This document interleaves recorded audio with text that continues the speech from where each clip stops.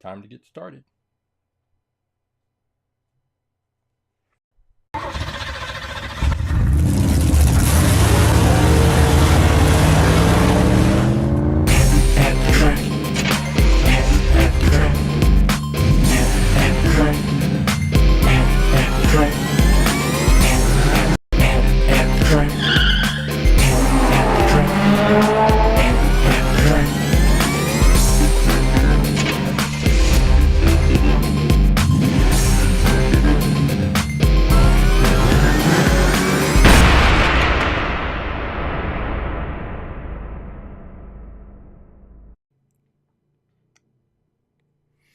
Hey, welcome to At the Track Live.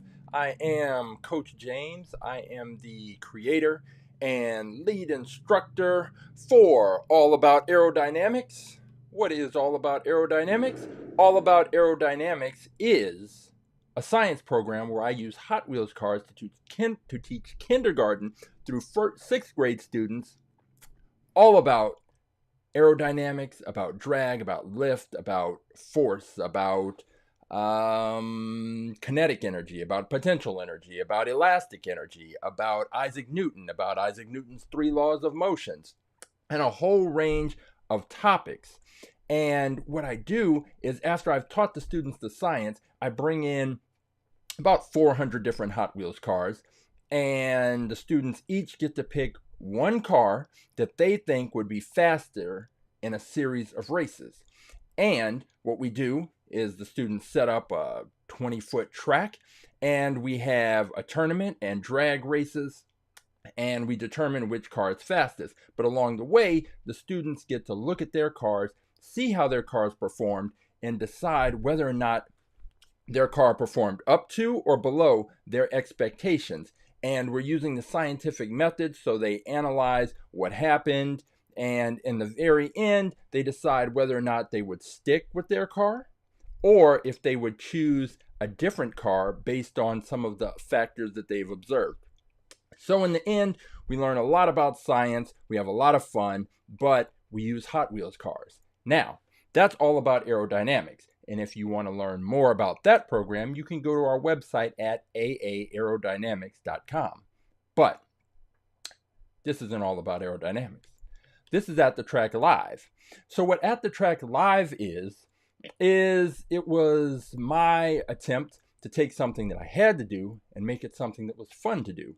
And what I have to do is, each of the cars that I bring in for the students to use, I have to be able to keep track of those cars.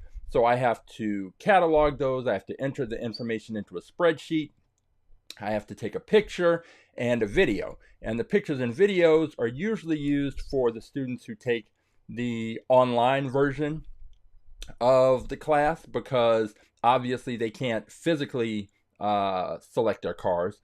So I have pictures and labels on all the cars, and they're listed on our website.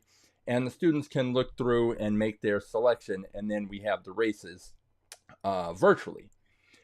But because I have to do all that work to enter the cars into the spreadsheet and take the pictures and the videos and all of that, I have a lot of cars in storage that I bought when I went out to the store. Like every good Hot Wheels collector, no matter what store I go into, if they sell Hot Wheels, I have to take a look. And if I see a car that I like or that I think the students would like, I pick it up.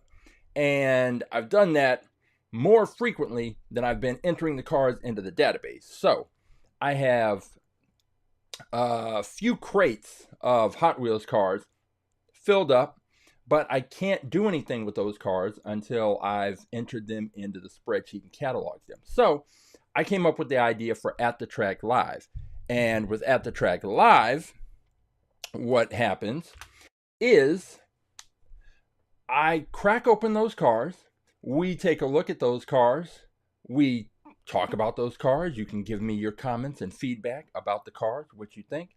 But then, after that, I take the cars out to the track and actually see how they perform, which is something that I didn't typically do before, because I would just open the cars, get the information in, and throw them in a case.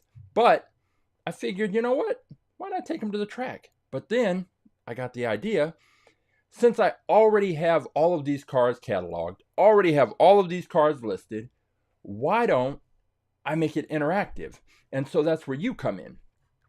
At the Track Live, all you have to do is go to atthetrack.live, and you will have three options. One will be the Twitch link, one will be the YouTube link. You don't need those because you're already here. But the third link says choose a car. And if you click on that, it will take you to another page. And on that other page, what you will see is our full list of cars. And this is the page. And as you scroll down, you will see hundreds and hundreds of cars listed.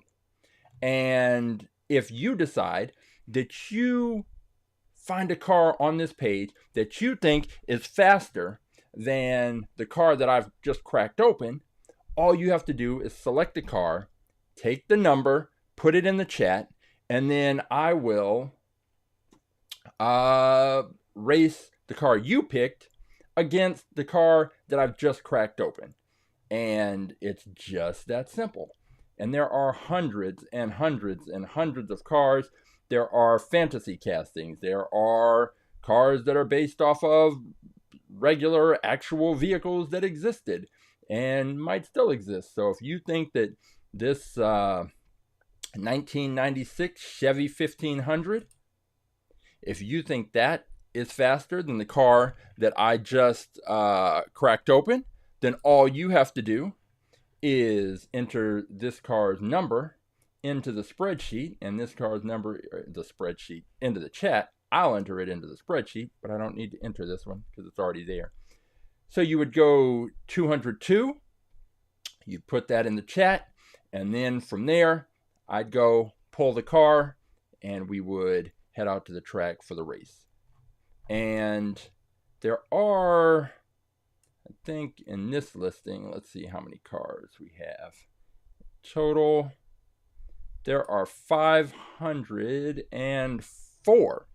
We actually have a few more cars than this. That was strange. I got some weird feedback.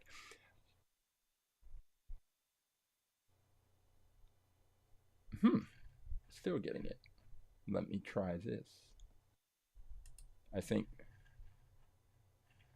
I may have another window open, and that may be the source of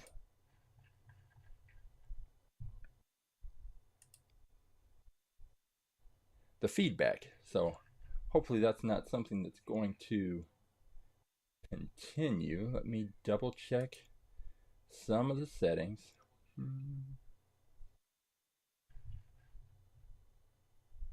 Make sure. Oh, there may be a Twitch or YouTube window open somewhere. While I'm trying to find that, hopefully you're not getting this feedback, but you can look through. Again, all of these cars, there are more than 504 because we've had a few. Let me see. I'm hoping this feedback isn't coming across. So I'm trying to locate the window that may be open and close it.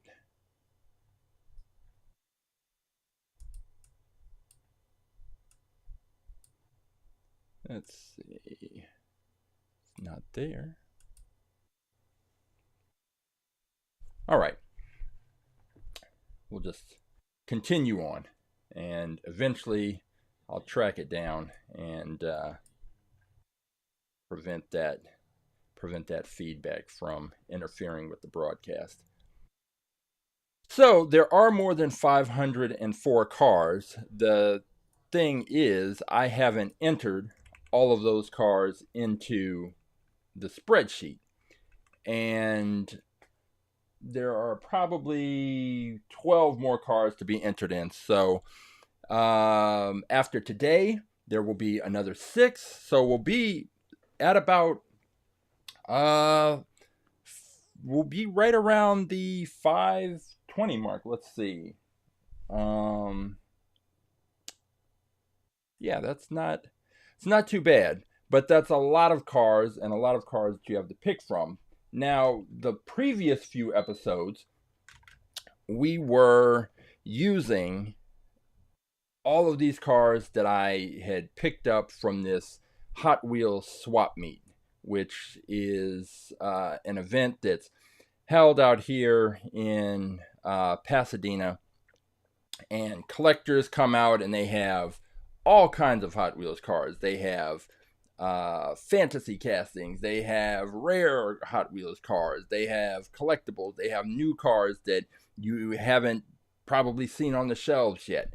And I go there because I'm looking for mainline cars.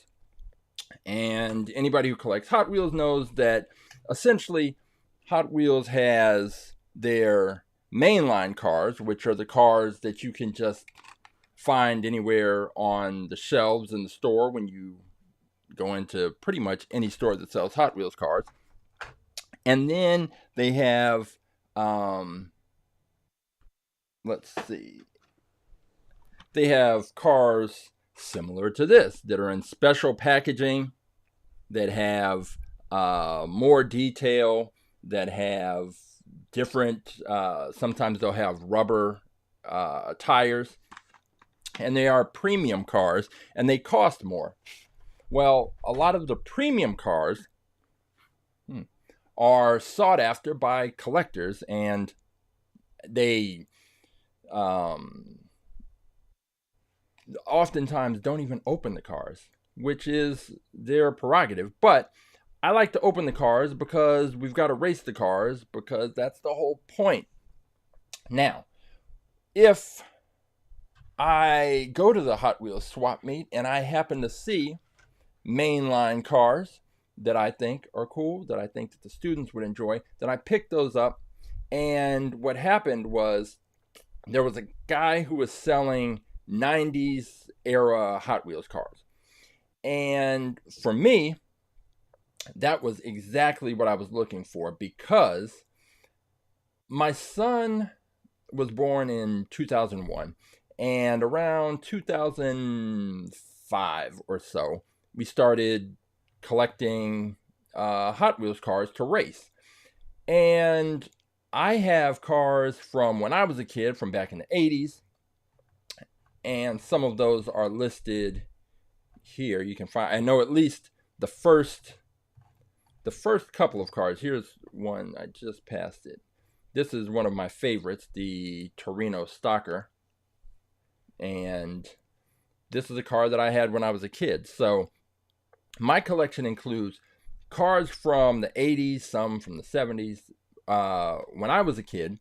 Then there are cars from about 2005 on up, and that I've collected, that I got from my son. And then also cars that I've purchased for All About Aerodynamics. There's a gap in my collecting that is in the 90s, because in the 90s I was not interested in Hot Wheels. So when I went to this swap meet, there was a guy selling, he had hundreds of 90s era Hot Wheels cars, main lines.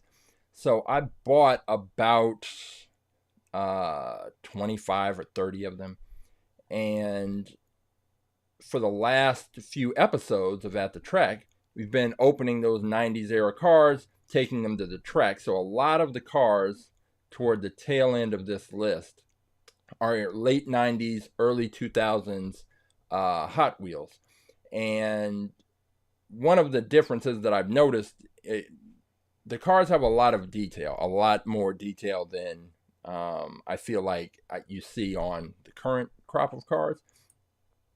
But there's also a lot more metal, metal on metal. So the metal base with a metal body. And a lot of the cars now have either, they might have a metal body and a plastic base, or a plastic base and a metal body, or vice versa. And it impacts the speed and the performance on our track. So there is this was a Chaparral 2 that did pretty well. We had a run of these sort of smaller roadster coupes. The Catapult did pretty well, another metal on metal. And it was a heavier car because it's metal on metal, even though it's smaller. And so there's always sort of an interesting balance between whether or not a car is going to be if the size is going to restrict its speed, or if it's going to help. So in a lot of cases, students will pick a smaller car thinking that a smaller car will be faster, but because of the force generated by our launcher, usually and oftentimes the smaller cars fly off the track and all kinds of problems occur. So you don't necessarily want the smallest car. But then, as we've seen when we raced this Lincoln Continental, the Lando Calrissian, big luxury Cadillac style car, and then there was a humongous Cadillac that we had. This one. Cadillac that we had. And what we found is that the larger cars don't necessarily do all of that well. The Lando Calrissian car didn't do too poorly. It was fine. Didn't do too poorly. It was the Lincoln Continental and this Cadillac. Didn't even have enough momentum. Like, they started off okay, but then they quickly just slowed down.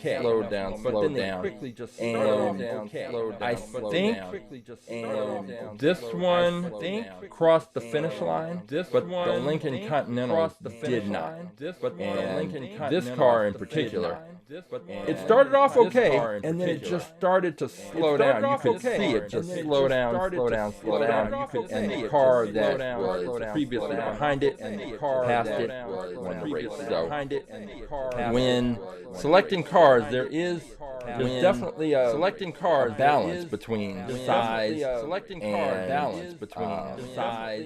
and speed. But one of the things that we did see is with that Catapult, that smaller all metal car, is that it did pretty well. It did pretty well. So if you go to atthetrack.live, go down to choose a car, you can come to this page, and you can scroll through, pick a car to race one of the cars that I am going to crack open today. So when we get back to that, cracking open the cars. Which cars will be opened? Which cars will be opened? Today we have one more left from the 90s pack that I picked up, and the rest are taken from the crates of the cars that I have sort of just waiting to be open, that I've purchased in the last few years. So couple of other things. I was doing an experiment using this thing. Don't know if you're familiar with this. A few years ago, actually, how many years ago? 2013, so about 10 years ago, Mattel put this out, and it was the Hot Wheels speedometer. Now, I had to cut some of the plastic off of this section here because it was sticking out too much and it wouldn't allow me to use it the way I needed to use it. But what it is a speedometer. And put the light on, you turn it on, and you get the speeds here. But what happens is let me turn it sort of this way. You can see there is a little sensor right here. and then there's one on the other side right there. And what happens is the cars pass through, they trigger the sensor, and then once the car moves past the sensor, then a speed comes up. So let me see if I can simulate that here. Have it here. Boom. Car goes through, and I didn't move it fast enough. It's very tough to do without the actual track, but let's see if I can make it happen. All right, start there. We have this set up. In the car, we'll have the car pass through. And that one was 219.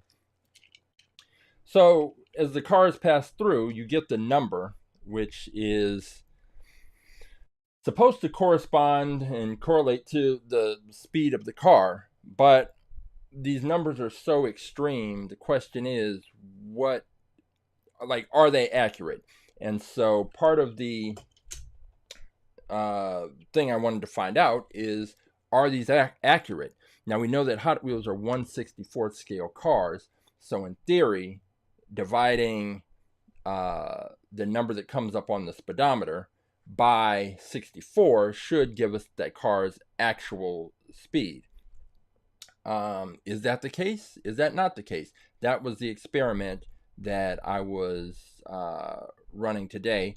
And once I get all that video and footage and everything put together, then I will drop the video, and you can find out if the Hot Wheels speedometer is accurate and whether or not it's worth spending your money on, because Mattel doesn't make these anymore. And if you want one, you have to go on eBay or somewhere online, and they are pretty expensive. Fortunately, I bought 2 of these years ago at the Mattel store, and they were pretty cheap. If I'd known that they weren't going to make anymore, I probably would have bought a few more, but it's fine. So I've got these, and I'm going to try and determine if the speeds that come up on the Mattel speedometer are accurate. So when I was setting this up, I was thinking, well, it's October, Halloween, maybe I can do something different, switch up the track. And I remembered that I had these black and orange Hot Wheels tracks that, again, were in the store maybe about a year ago or so.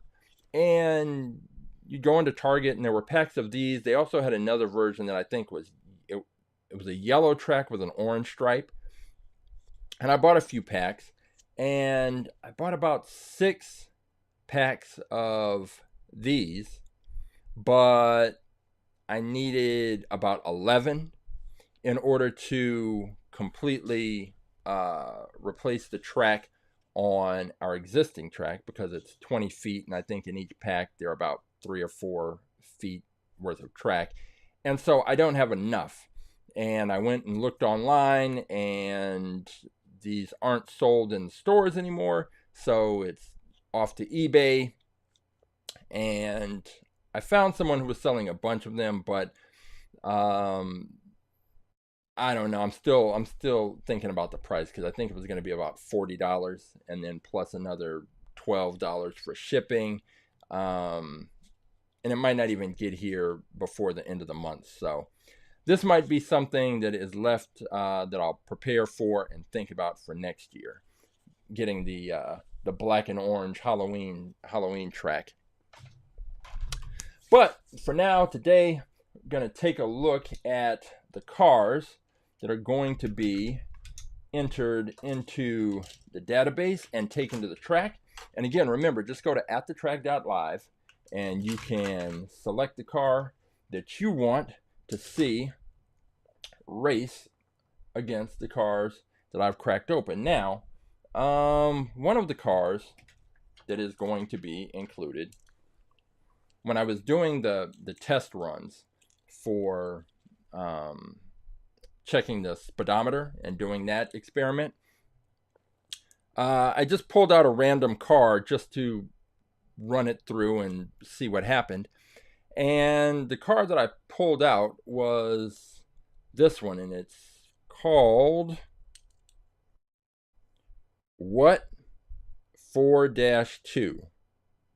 I don't think that's a decimal point, so we'll just go ahead and call it What 4-2. And it is clearly a fantasy car, and I think it probably came with some kind of track set, maybe the Build-A-Track set. So let's go ahead and take a look at this car. The What 4-2, which is definitely unique. And one of the things is that it ran. It seemed to run pretty fast. It seemed to run pretty fast with the speedometer.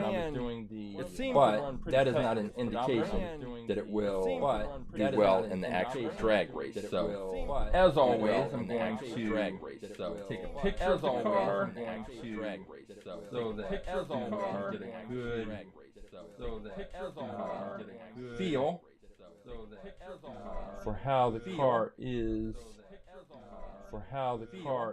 shaped, because that is going to be critical in their assessment. That is going to be critical before they pick the car.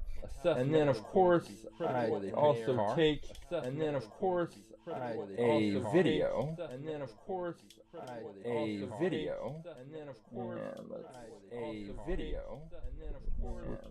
Video mode. Lock in the focus. And the reason I take the video is because I don't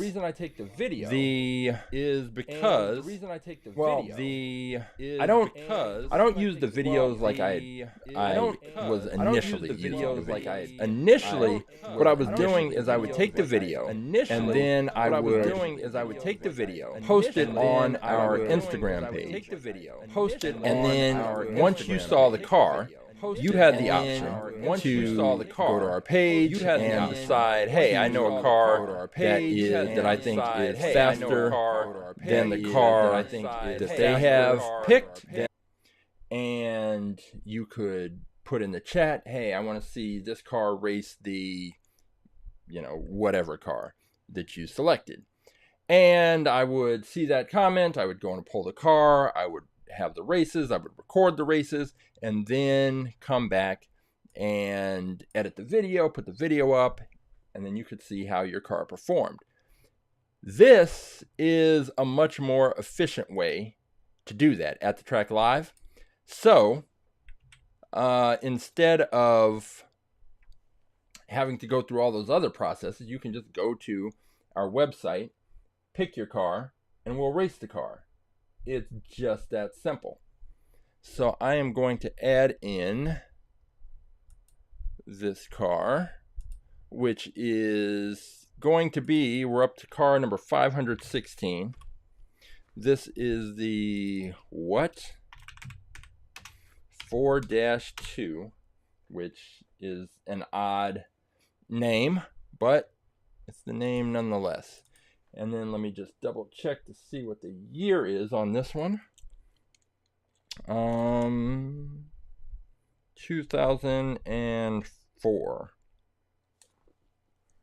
I wonder if there's a What 4-1. That would be curious to see. So this is 2004. And that's out of the way. Okay.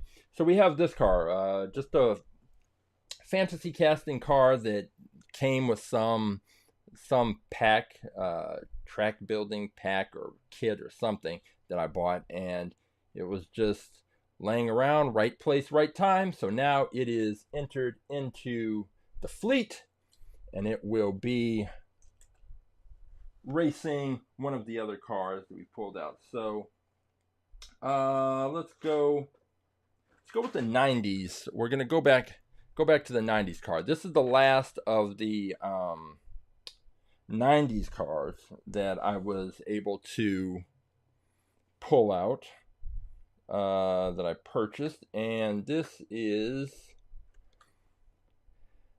Double Vision, 1998 first editions, Double Vision, and it looks familiar, and I think that I have a car similar to this. They may have done a reissue on this, and so maybe a duplicate, but I think it's similar but different from the other car I have. So it is going to make it into the fleet, and let's see if there's any information about this. All of these, a lot of these 90s cars, especially the late 90s, early 2000s cars. This one's 1997. Let me double check that on the bottom. It's 1998. So a lot of these cars, just as the internet was starting to become a thing, have websites, and that was a big, ooh, go to our website, go to this website, and you can get blah, blah, blah, a special this, a special that. Some of the other 90s cars, we've put the websites in, but they're no longer active. I think this one is similar. There's some other... To learn more about SCTA and land speed racing, visit our website at scta-bni.org. For a catalog of our merchandise, send a stamped self-addressed envelope to P.O. Box 278, Norco, California 9. Well, anyway, I'll look that up and see if that's still a thing. They didn't really explain what SCTA-BNI is or how it relates to this car, but okay. And it says that these 1998 first edition series, there are 8 of them. The Catapult is one. So that little red Roadster, that's one that's listed here. Double Vision, which is this one, and I don't have any of the others. Express Lane, Dodge Concept Car, What a Drag, Bad Mutter, Attitude, Fathom This. Don't have those. Have the Catapult. But anyway, I'm going to crack this open. We'll take a closer look.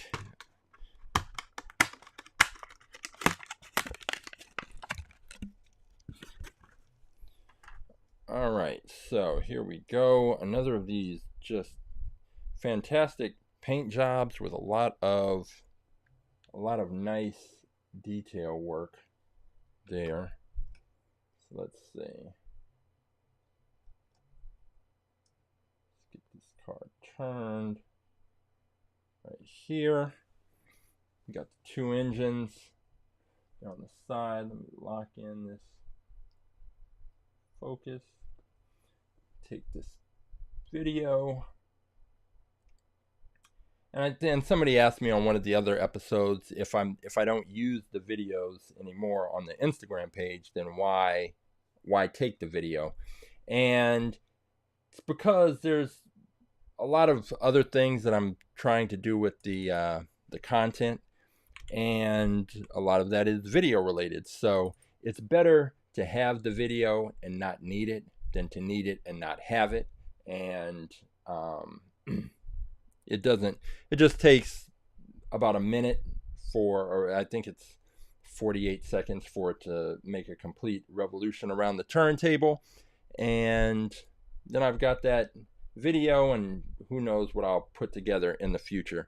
The pictures, however, are absolutely critical, because without those, I couldn't really have the online program working the way I wanted it to. So let's see, this is 1998. This car, I love the paint job. One of the things we noticed is that with a lot of the 90s cars, the paint jobs were really nice. This has the metal flake paint. The wheels, I like those. Got the gold wheels.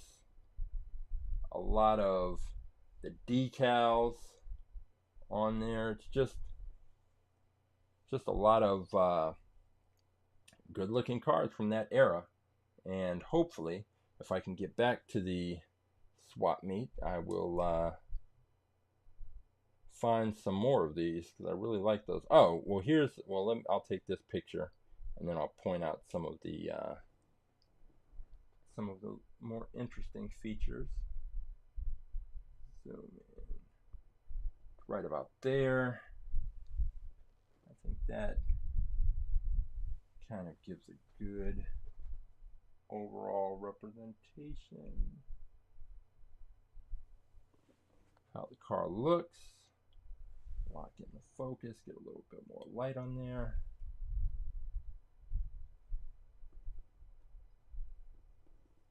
Okay, so you've got that picture, and now if you look at the side of the car, let me put it on this side. So you see that it's open all in here. This whole center section is just completely open, and then it's got these two connecting parts where the axles connect, but it's just those two sections. So I don't know if this is going to help it perform better on the track, but I don't know that it could hurt. And then we have a plastic bottom and a metal body, and then these two engines sticking out here on the side are plastic, even though, so we've seen that also a lot with these 90s era cars, is they have a lot of this detail where it's the plastic but it's silver, and so it looks like chrome or metal. And this is interesting because that open space, definitely you've got a metal car, but all of this open space in the middle should make it a lighter metal car, yet it's wide. Usually the lighter cars, especially the metal cars, are small, and so it's unusual to have a big and light metal car. Although I don't know how these engines, I think if these engines weren't here, I'd feel a little better about its potential to perform well on the track. But those engines just may, oh, you know what? I hope this fits on the track, because we had the problem with the Metro Rail where it was a wider car and it had a piece sticking out from on the side of the body, and because that piece was sticking out, it couldn't line up in the launcher. And I'm kind of thinking we're going to have a similar situation with this, because this engine is sticking out pretty far, and if this car is already sort of standard width, that engine is going to make it so that it will not fit into the launcher. So this car may already be disqualified before it gets started. Now with the Metro Rail, this is going to be tricky. But with the Metro Rail, what I was able to do is just cut off a portion of the, it had these headers that were sticking out on the side, and I was able to just cut those off, and then we could keep moving. But I don't know. I think this is going to potentially pose a problem. So Double Vision, for right now, is still in the mix, but it's not likely to be able to race because it just probably won't fit in the launcher. So, but a car that will fit in the launcher, the next one, let's see. So we went Double Vision. So we basically had two fantasy cars in a row. So let's go with an actual Hot Wheels car that is made, designed after an actual car. And what we have here is we have this 82 Toyota Supra, which is part of their Hot Wheels 80s collection. And let's crack it open and take a look.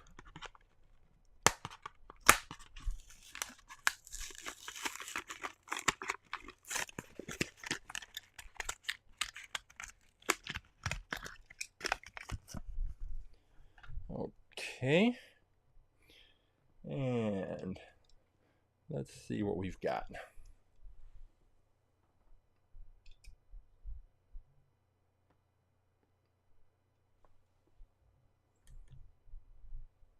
Okay, so this is a nice looking car, and this is absolutely modeled after a real car, the Toyota Supra, which I saw plenty of these growing up. And it's just a solid looking car. I think I'd be interested to see. Hot Wheels usually has, they'll come out with different color variations of the same car. And I think this one, there are probably some more interesting paint color combinations that could be used to make this a more interesting looking car. But I like the shape and the styling, so let me go ahead and just get this video and we can take a look at the car all the way around. Metal body with a lot of plastic with the splitter, the louvered windows. I like it. Let's see, this will be car number 518, presuming Double Vision actually gets to stay. And this is the 82 Toyota Supra.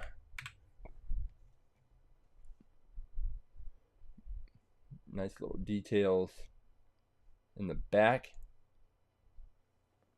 Supra with the name on the passenger side. Let's see, and coming around. This car didn't feel heavy, which is another plus that I think is working in its favor. And just based on the cars that we have so far, the two fantasy castings, the What For 2 and the Double Vision, I think the Supra stands a chance to do pretty well.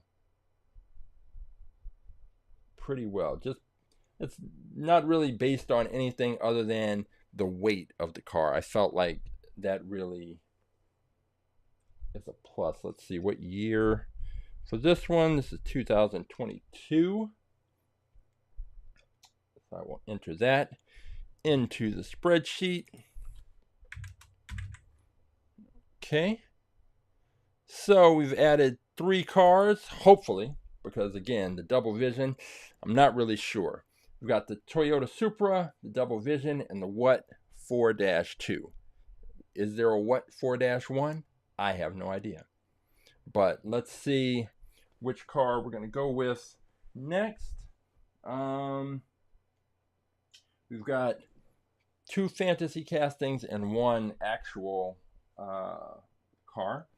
So let's go complete fantasy with this one. This is the Steer Clear, and STEER, the Steer Clear, and it is like a bull, which I almost think I might have one of these, but we'll see. If this is a duplicate, then I'll take it out and this will just become a prize car. But let's crack this open and take a look.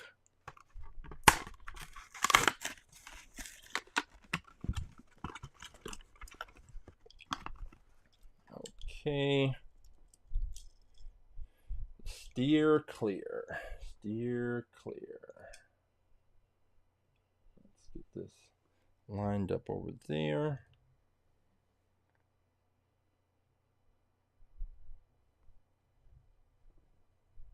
There is a whole animal series of cars.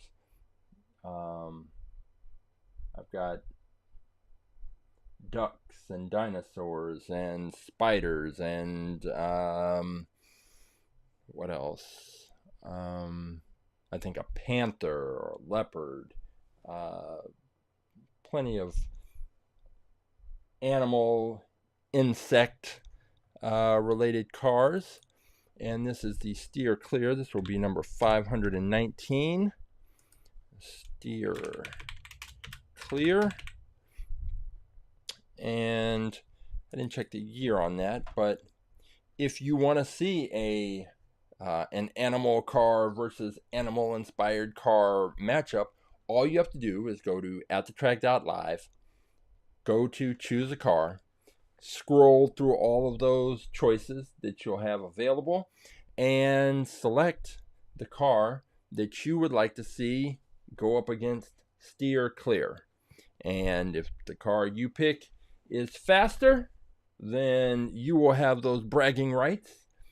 And if Steer Clear is faster, then it just goes to show that you never really know. So I'm looking at this car, and I'm always concerned about the height because I've made adjustments to the launcher so that it can accommodate taller cars. But when taller cars go up against smaller cars, then it sort of puts the smaller car at a disadvantage because the cover, the acrylic cover that I use to make sure that the cars stay on the track, for taller cars, I have to use a taller acrylic cover. And so a taller car, if it shoots into the air, will travel a small distance, hit the acrylic cover, and come back down. A smaller car with the bigger acrylic cover is going to fly up a greater distance, then hit the acrylic cover, and then come back down. And in that whole process, it's more likely that the car will turn or twist or come down in some awkward way that prevents it from being able to finish up the race. But we'll see how this all plays out. Let me switch over to the photo, zoom in a bit. Okay, and here we have Steer Clear. Turn it just a little bit. Okay, that looks good. Zoom in, take that picture, and now we've got Steer Clear. So we have the 82 Supra, we have Steer Clear, we have Double Vision, which hopefully will fit on the track and in the launcher, and then we have what? 4-2, 4-2. What? And let's see which car is going to be next. We'll go with another fantasy car and then finish up with the actual car. So the fantasy car that we have is this one called the Fast Master, and it's done up in this sort of Hot Wheels fire department theme. And I guess this is the car that the fire chief would use to get to the location of the fire ASAP, as soon as possible. So let's crack this one open and take a look.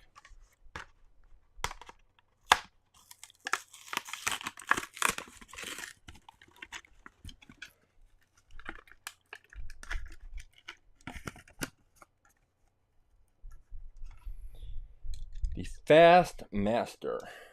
This car, I'm going to be curious. I want to see this car go up against that Supra. That is the matchup that, to this point, that I want to see. Check the year on the Steer Clear, 2014.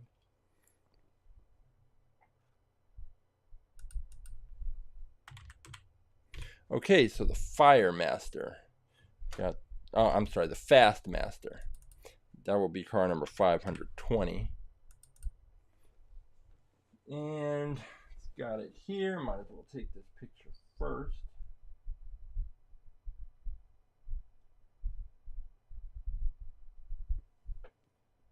interesting sort of station wagony concept.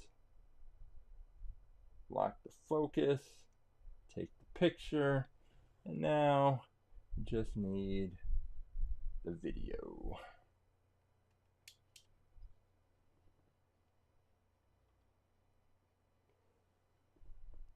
And the reason I said I wanted to see this one go up against the Supra is because this car, when I picked it up, it just had a similar kind of weight and feel to the Supra. So I think that might be a good, even matchup. So I'd like to see what happens. So let me put that one into the database, Fastmaster. And I need to keep up with this database because I'm already, at the end of this episode, I will have about 18 cars that I need to go back and include. And then I am also going to need to make some room and get another case prepared because, as I mentioned in another episode, I keep the cars in these clear double-sided cases, and all of the slots are numbered, which is how I know where to go and how to find the cars that are selected for the races. And this case is just about filled up, so I need to prepare another one, but that will be later. And I also need to get all of these cars entered into, well, they're in the database, but I haven't uploaded the pictures and put them on the website, so you can't pick those yet. So if you wanted to pick, I don't know, that Cunningham car from the previous episode, you can't do that yet because I haven't uploaded that car and its information into the database. So that's coming. The Fastmaster, what year is this? 2017. Okay, so I'll go ahead and enter that in, and then we will take a look at the final car for today, which is modeled after an actual car, and it is the 1965 Ford Ranchero, which it's almost got an El Camino kind of vibe, but I believe it is a truck. It's just this version appears to be a lowered custom version for pickup. So let's crack this open. Oh, I see. This is part of a pickup truck series that included the Mazda Repu. I still haven't figured out how to say that, but that was a truck that we entered in one of the early episodes of At the Track Live. Then there is the Land Rover Series 3 pickup, which I believe I have in one of the crates. The custom 72 Chevy Love, definitely have that, and we may have raced one of those previously, possibly. And then there's the Datsun 620, which is interesting because when I was in high school, I had a Datsun 620 truck, and I have a version of this, the Hot Wheels version of the Datsun 620, that a friend of mine had customized for me because the truck that I had was black, and the version that came, from Mattel in the packaging had some other colors on it. So she got it customized, and it looks like the truck that I had in high school. I don't want to put it on the track and race it because if you've seen any of the other races, the force that these cars come out with, when they crash hard. And that K truck, that Mighty K, it crashed and chipped some of the paint off. So I definitely wouldn't want to chip the paint on a custom car. But let's go ahead and take a look at the 65 Ford Ranchero. Let me crack this open.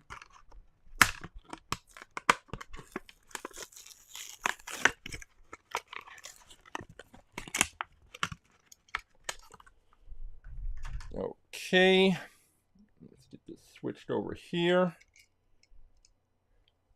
Now this car already has one of my least favorite features, which is the wheels are tucked underneath the body. And I just, it's not so much that I don't like it, it's just that that style does not help cars on our track. It basically, narrow cars and cars with that short kind of wheelbase, it just hasn't worked out so far. Now this car, maybe this is the exception. Maybe car number 521, the 65 Ford Ranchero. Maybe this will be the exception. Maybe this will be the car with the wheels tucked under the body that is able to stay the course on our track and perform well. But usually what happens is those cars with the wheels underneath the body tend to be narrower cars, and narrower cars bounce around the track a lot, and it just doesn't help them. We haven't had one of our winners that has been that style of car. So perhaps the 65 Ford Ranchero can change that. We'll see. All right, so we've got that. And now the last thing to do is to take the picture, and then we'll be ready to head to the track. So you still have a few more minutes if you find a car. Oh, I don't want portraits. If you find a car that you think would be faster than this Ford Ranchero in a drag race, go to atthetrack.live, go down to choose a car, and then on that page you can find a car that you want to see race this pickup, and we will make that happen. Let's see. Okay, let's get a little more light on that thing. Lock in the focus. And there we go. Okay, so the 65 Ford Ranchero. I do need to see what year this car was actually manufactured. This would be 2010. All right. 2010. Very good. All right, so that's car number 521. Excuse me. Presuming that the double vision is able to stay on the track, which is a big if and question mark at this point, we will have 521 cars. If the double vision is not able to stay on the track, then that number, it will be taken out of circulation, taken out of the rotation, and used as a prize car for one of the students, and we'll be back down to 520. So we will see what happens at the track. And let me just explain the race situation and setup. First, go back to the other other screen. And this Ranchero is not too heavy. So the race setup. You will see three views of the track. On the far left, you have the starting line and the launcher. The cars will shoot out of the launcher and head towards the bottom of your screen on the far left. Then, once they exit out of the bottom of the screen on the far left, you can pick them up at the top of the screen in the middle and watch the cars race through the center section of the track. Once they get to the bottom of the screen and pass out of the view of the center camera, then you can pick them up on our finish line camera.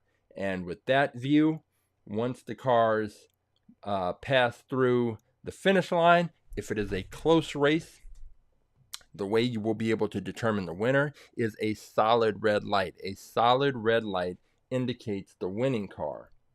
A flashing red light indicates the losing car. So that is all that you need to know for the races, other than the fact that if two of the cars, if a car crashes once, comes off the track or crashes, then we just throw that race out, we do it again.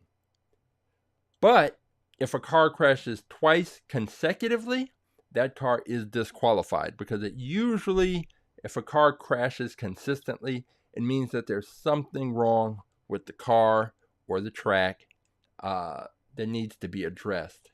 Some cars just can't manage to stay on the track, and if they crash twice, they're gone. So now you have the rules, we have the cars that will be racing. So the only thing left to do is to go to the track. So I'm going to head over to the track and we'll pick it up there. And let me just double check, make sure we don't have any cars I need to pull out. Nope. Okay, so I will see you over at the track.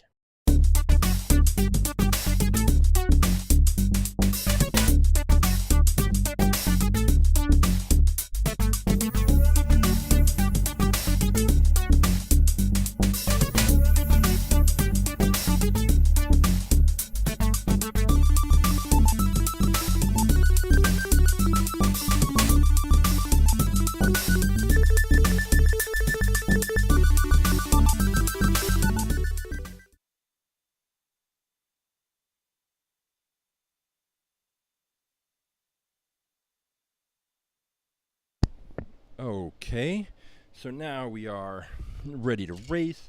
I just want to double check the sound, make sure that we are getting all of the sound coming through, and yes, everything looks good with the sound levels. So now we are going to check these cars out, and first thing we need to do is see if the double vision car is even going to be able to fit into the launcher, which is big question. Double vision. Oh, I think it might. Let's see.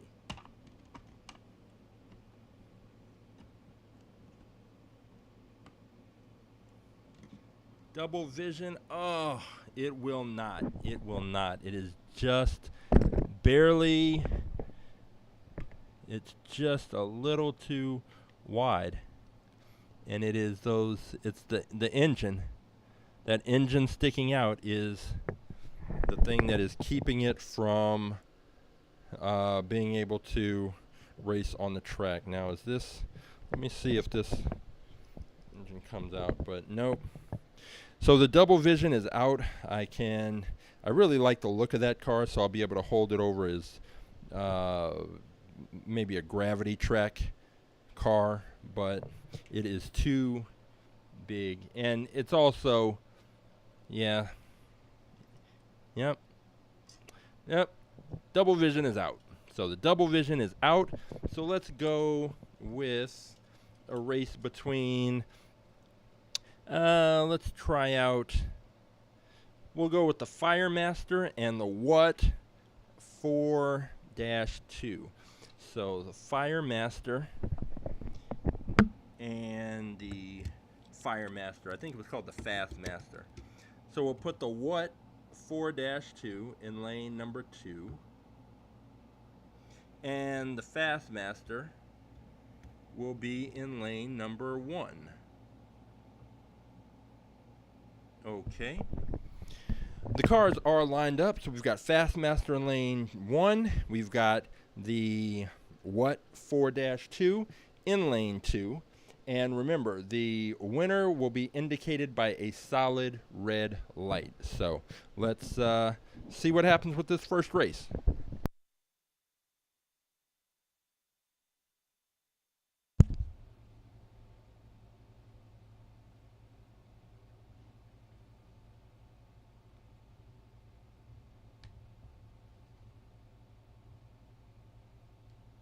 Three, two, one, race. Okay, the what is moving. I mean, it finished the race, hit the barrier, and bounced halfway back down the track. What's up, Diggs? Get in here. Let me go pick this car up. The Fast Master wasn't slow. It's just that this what 4.2 was way too fast. But we're gonna switch lanes, see what happens now. Put the what 4-2 in lane number 1. Get it set up here. That car was quick, and I haven't weighed them yet, so I'm not sure which one or what the weight is in comparison to some of the other fast cars we've had, but I'll definitely weigh it afterwards just to see. All right, so this is best 2 out of 3. The what 4-2 is in lane 1. It already took the first race. Fast Master is going to need to pick up the pace if it's going to stick around for a third race. So let's see what happens.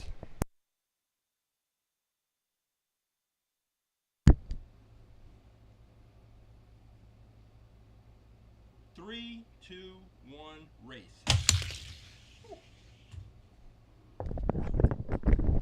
Okay, so what crashed into the barrier at the beginning. So as per the rules, if a car crashes, just throw that race out, line them up again, and see what's what.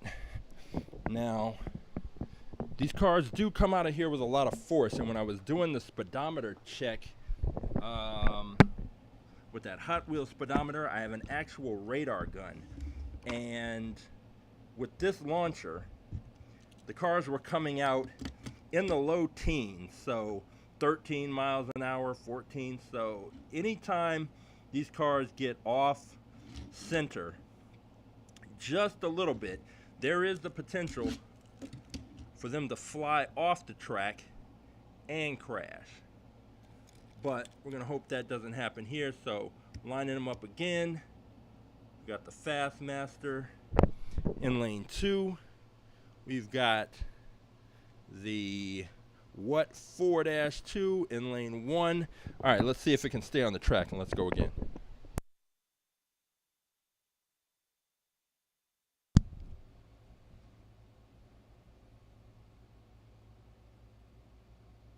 Three, two, one, race.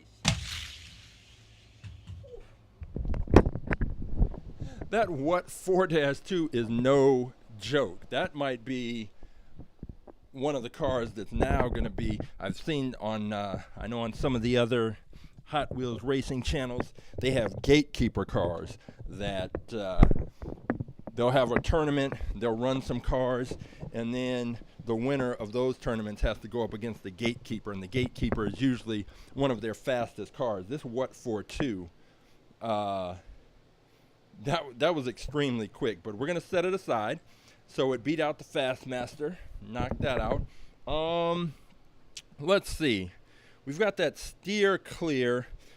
We'll go steer clear against that 65 Ford Ranchero. So first, let me just double check, make sure that the steer clear is okay. So the steer clear, as I thought, is a little tall, so I'm going to have to use the taller acrylic cover.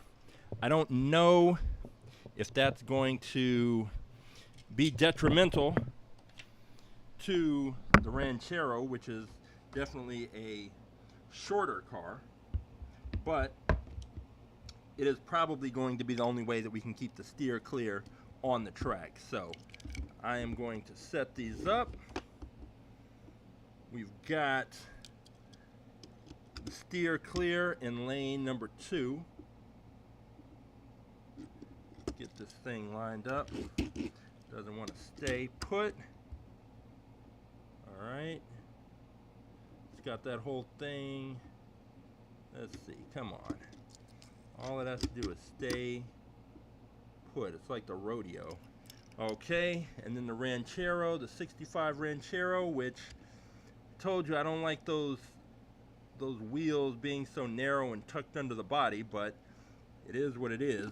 But cars in that style haven't performed well on the track previously, but maybe this will be the exception to that rule. It doesn't seem to want to line up. The narrow wheels keep rolling forward, but each car has to be positioned right against the launching block, because with so much force, if the cars aren't up against the launching block, they'll get punched out instead of pushed out, and once they get punched out, anything can happen. So, all right, we've got the Steer Clear in lane 2. We've got the Ford Ranchero in lane 1. Let's see what happens. First race.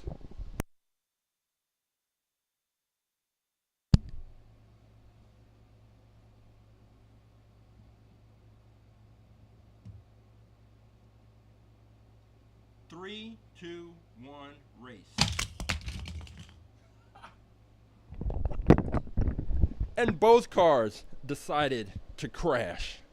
Okay, they came out. I could tell right from the beginning there was a little bit of shakiness. I was keeping my eye on the Steer Clear, but it was a little wobbly, and then the Ranchero just didn't have much of a shot after that. And part of the problem is that I mentioned is when I have to use this taller acrylic cover, it doesn't help the shorter cars, because the shorter cars are more likely to fly up into the air, travel a longer distance, hit the top of the acrylic, and then bounce back down. So since both cars crashed, they are going to get the option to do it over. If two cars crash, if one car crashes 2 times in a row, then it gets disqualified. But since both cars crashed, I suppose if they both crash again, might have to think about a double disqualification, but don't want to go there yet. So once again, got the Steer Clear lined up in lane 2, the 65 Ford Ranchero in lane 1. Let's see if they can stay on the track and make it down.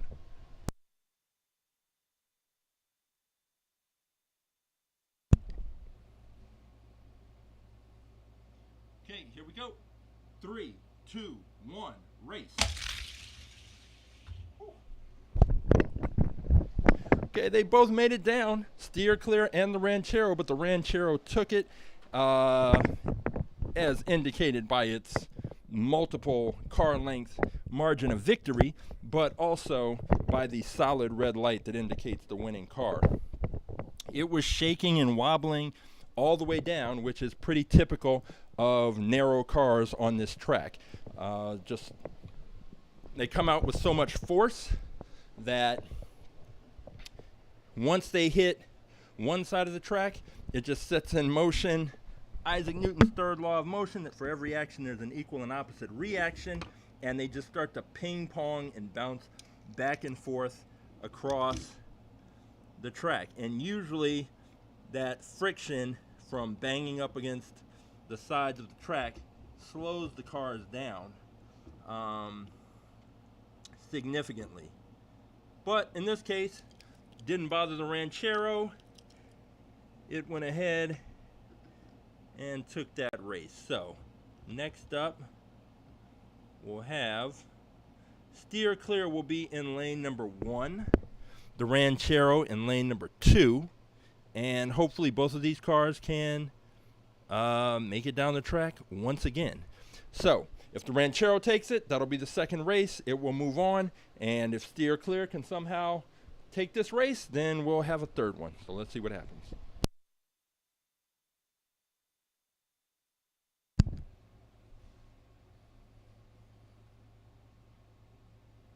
3, 2, 1, race.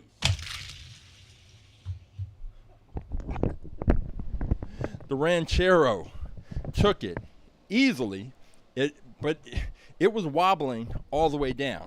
So that might be fine against a car like Steer Clear, but if it has to go up against, if it ends up going up against that 4.2 car or any other car that can manage to stay straight on the track, it may have some trouble. So what we'll do is Steer Clear is out, Fastmaster is out, Double Vision is out because Double Vision couldn't fit on the track. But we are now going to rock with the Ford Ranchero. We're going to have it go up against this 82 Supra. So let me get those cars lined up. And see what we've got here. So now we'll be able to go back to the low acrylic cover. So that so crashing should not be an issue. What should be an issue is the fact that the Ranchero wobbles down the track. Now, maybe it's just that fast that won't matter, but typically that does matter. And you would prefer a car that can stay straight on the track and make it all the way down. So let's get the Supra lined up there in lane 1, the Ranchero in lane number 2. Again, just want to get it pressed up firmly against the launching blocks, and let's go. Ranchero lane 2, Toyota Supra in lane 1. Let's see what happens.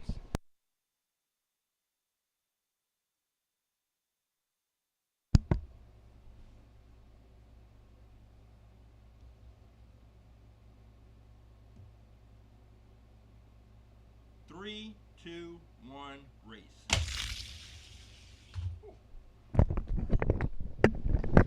All right, so the Supra took that race. The Ranchero was quick, and it did its same wobbling routine, but all that wobbling against a car that's going to stay straight is not going to be helpful. And you can even see, right here just how narrow the Ranchero is. So when it starts to get sideways or bump, it'll hit there, then it'll hit there, and it just does that all the way down. Whereas the Supra doesn't have, being a wider car, it doesn't have as much room to bounce around as wildly. So round 1, race 1, the Supra was the victor. So let's go ahead and get these cars lined up one more time, unless the Ranchero can pull it out. Now, if the Ranchero can pull it out, then we will have a third race. If the Ranchero cannot pull it out, then we'll end up with the What 442 or What 42 versus the Supra. So let's go ahead and get this pushed up there. Nice. Okay, so this is the second race. Is the Supra just going to take it and move on to the finals, or is the Ranchero going to somehow manage to stay straight and get the job done? I don't know, but the winning car, again, indicated by the solid red light. Oh, I see on the track we've already got one light lit, which means it didn't reset quite yet. So hit the switch, get that reset. Although these races today haven't been so close that we've needed to go to the light, but you never know. So, okay, Supra lane 2, Ranchero lane 1. Let's see what happens.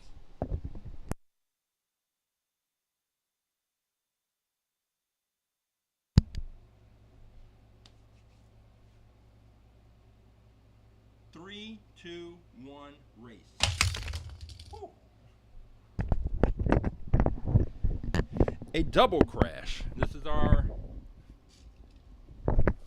second double crash of the day, and because of that, we'll just redo that race.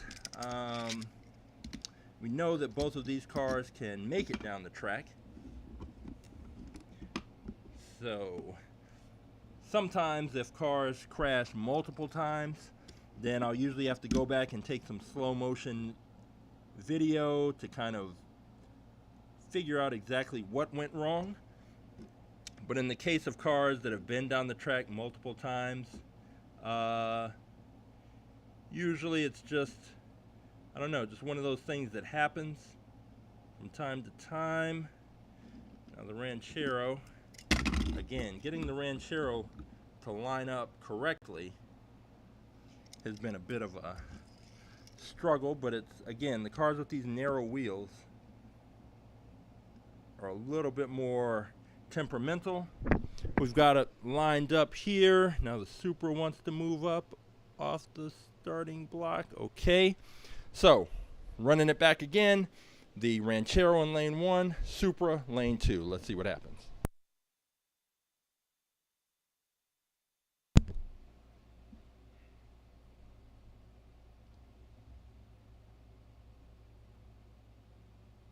Three, two, one, race. Okay. So the Ranchero flew off the track, far off the track, crashed again. So I'm gonna give it one more opportunity. It's crashed twice in a row out of lane 1.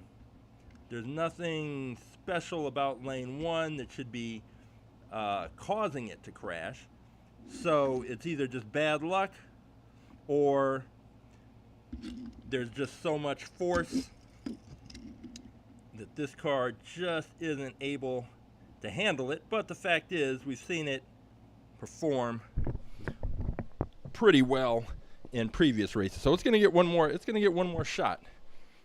If it crashes again, it is out, and we move on to a what 4-2 final against the Supra.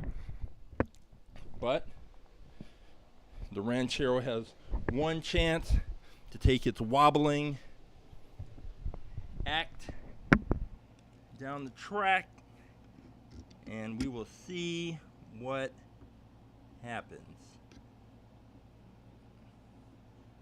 The Ranchero just doesn't want to stay pressed up against the starting block, which is not going to help it out. The other thing is that the narrow wheels, there's a little trench on the starting block, and narrow wheels can sometimes get caught in that and the car gets thrown off, but we'll see. All right, Ranchero lane 1, Supra lane 2.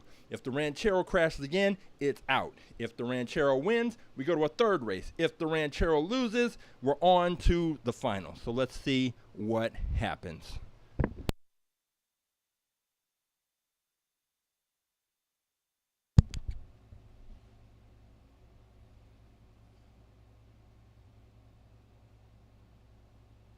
Okay, here we go. 3, 2, 1, race.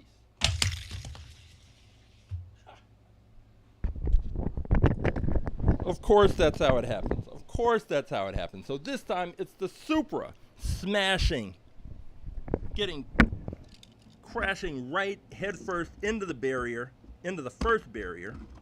So the Supra crashes, and the Ranchero wobbled its way down to the finish line, which means we're going to run this again, and this time, if the Supra is the car that crashes, if the Supra crashes again, that's 2 consecutive crashes, and it's out. So now we've got a little bit of drama. I don't think the Ranchero is the faster of these 2 cars. I think the Ranchero is slower because of that wobble. But rules are rules, and if the Supra can't stay on the track, then it cannot win the race. It will be disqualified. So let's get these cars lined up again. Okay, this is it. The Supra must stay on the track or it's out. And then it will be the Ranchero against the what 4-2 in the finals. If the Ranchero can't pull this out, it's going to be Supra versus what? Okay, here we go.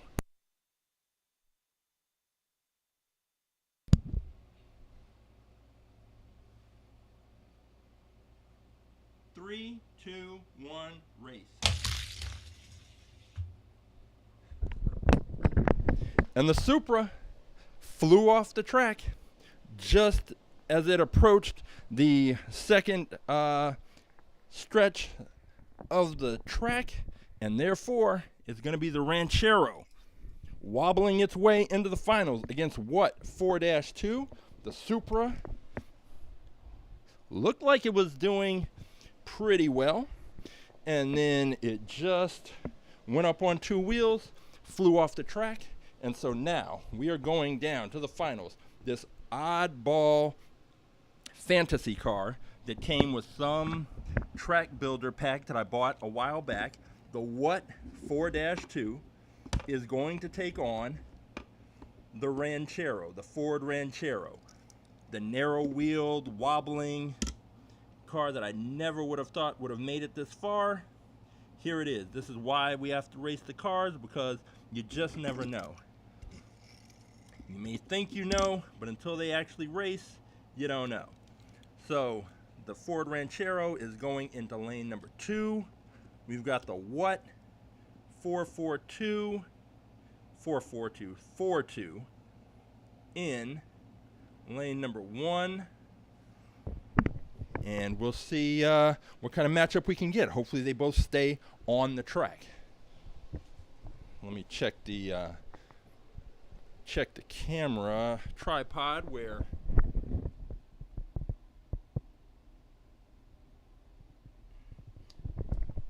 just had to, where the Supra crashed, it bumped the tripod, so I want to make sure that's not going to be in the way of either of these cars.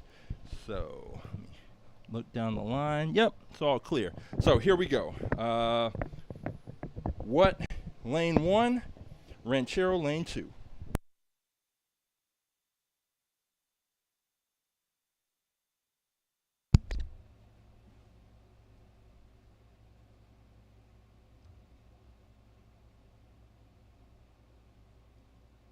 Three, two, one, race.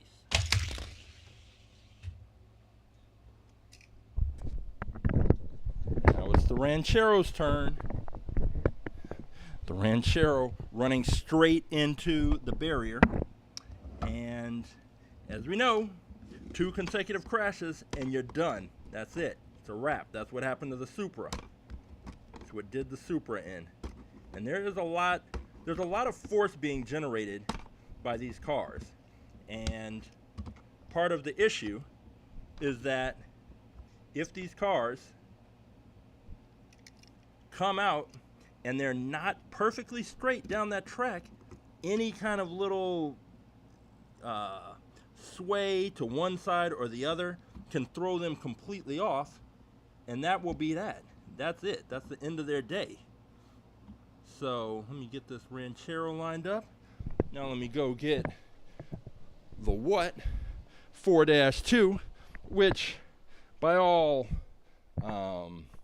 measures is one of the fastest cars we've seen on the track in a little while, especially since we've been racing all those 90s cars that are metal on metal and pretty heavy. But let me get this What lined up again and see what we've got. All right, so both the cars are lined up. If this Ranchero crashes again, it's done. 442. The 4-2, the What 4-2, is just waiting on a challenge. So here we go.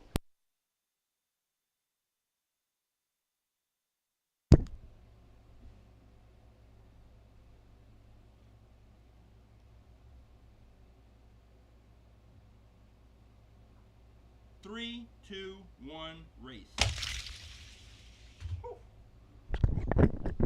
Nice. Both cars stayed on. The Ranchero did its wobbling thing, and that did not help it because the What 4-2 just did its thing. It's still an incredibly fast car, and I don't know that the Ranchero can have much better of a race performance than it did right there, but you never know. I think the only thing the Ranchero can hope for at this point is that the What 4-2 just crashes. If it crashes twice, the Ranchero can steal a victory, but otherwise, it's not looking too good for the Ranchero. But hey, you never know. Stranger things have happened, which is why we race. So, here we go. This is it.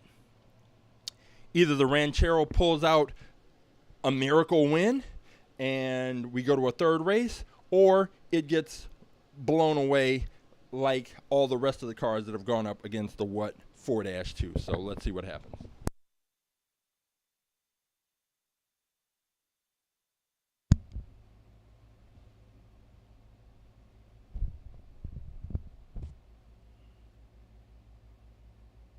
Three, two, one, race.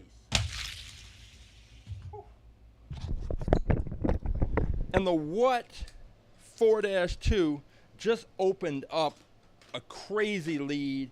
It was a little close at the first third. That middle portion, the wobbling became too much, and then the What 4-2 just took and opened up a huge multi-car length lead. So let me gather up these cars, and then I'm going to head back into the garage, and we're going to take a look at our winners and losers.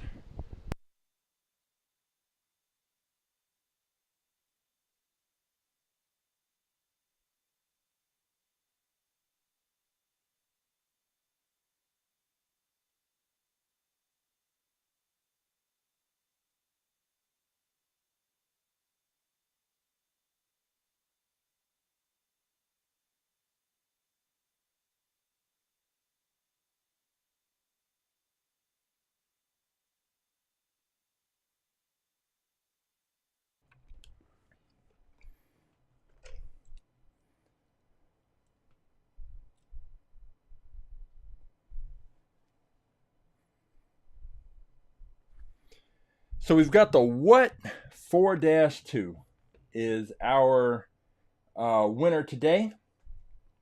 It absolutely destroyed the cars that it went up against, and I'm trying to think of one of the cars from the previous races that would even give this car a run for its money. I'd have to go back and think, because one of the things we are going to do is start a series called At the Track Live After Dark, where the races aren't necessarily between cars that are being entered into the database. I have a lot of loose cars. I have some other cars that, for one reason or another, I wouldn't normally enter into the All About Aerodynamics database for the students to use, but I still want to see these cars race. And I think we're going to take some of the champions, some of the winners from some of the other matchups, and have them go head to head to see which car is the fastest. And maybe that is something that I should do, is establish a gatekeeper car, a car that is the fastest at the track live car, and that car will be the one that each individual champion goes up against. And I think right now that car might have to be the 442 or the What 4-2, and I'll have to keep that one there. That car will be this car and all of the others will be entered into the database along with the 12 other cars that were previously raced, and I cataloged those, but I just haven't uploaded those. So by the time we come up here on Saturday, then there will definitely be 18 more cars to pick from and to choose from. However, actually it'll be 17, because this car, the Double Vision, can't fit because this portion of this engine sticking out right here made it just too wide to fit into the launcher, and there's really nothing I can do. Now with the monorail, I was able to just cut the edges of the tips of the headers off, and that made it fit into the launcher. But with this, I would basically have to take a third of this engine section off here, and I really don't want to do that because I like the look of this car, and really do wish it could have gone down the track. I need to see if there was a version of this car without the engines. I think it might do well on the track. Although if I was going to design it, I would put a wing right here, take this out, and I think you might have something. But unfortunately, with the Double Vision, we'll never know on our drag track because it's just too wide, this section there. I do have a gravity track, the 6-lane gravity track that you see on a lot of the Hot Wheels channels, that I use with the students when we are doing our lesson on gravity. But I don't use the gravity tracks for At the Track Live or All About Aerodynamics, really, because we need to generate more speed and more force. The more force that's generated, the more speed will be generated. And the faster the cars move, the easier it is for students to observe the impacts of drag and downforce and things like that on the cars. Those drag increases with speed, and so I can't use the gravity track because it just doesn't produce the speed that I need to illustrate all of the concepts and points that I want to go over with the students. And we have a video on our YouTube page where I compared our launcher to the gravity track, but even in that video, the launcher was much faster than the gravity track, regardless of how steep I made the gravity track angle. But that launcher that's in that video is not even close to as strong as the launcher we're currently using. The launcher we currently use is one that I designed, had 3D printed, went through a bunch of different variations to come up with this version, and it launches the cars out at more than twice the speed of the old Mattel version of the launcher that is featured in that video, the gravity track versus the launchers. So it's also the reason why I had to create that acrylic cover, because the cars are coming out with so much force that they tend to shoot up into the air. If there's no cover, they'll shoot up into the air and off the track and go any number of different ways. So the acrylic cover keeps the cars from flying into the air. They start to go up, but then they bump that acrylic and they come back down, stay on the track, stay straight, and finish out the race. In the case of Double Vision, that finishing out the race never happened. But in the case of 4-2, oh, it absolutely happened. That car, as weird as it looks, was extremely fast and is today's All About Aerodynamics At the Track Live champion. So if you go to atthetrack.live, obviously you'll see the YouTube link, the Twitch link. You don't need either of those, but you will also see Choose a Car. You can go there, scroll through, decide which car you want to see race against one of the cars that I pull from the crates. And if you go all the way to the bottom of the page, you will see a calendar. The calendar is where I will post when the next All About Aerodynamics at the Track Live stream is going to take place. I think the next one is Saturday, but I might do one in the next couple of days, just pop up. So if you go to our Instagram page at AA Aerodynamics, follow us there. Always in the story, I will post up when a race is about to start. Usually there'll be a countdown timer at least an hour ahead of time, sometimes earlier.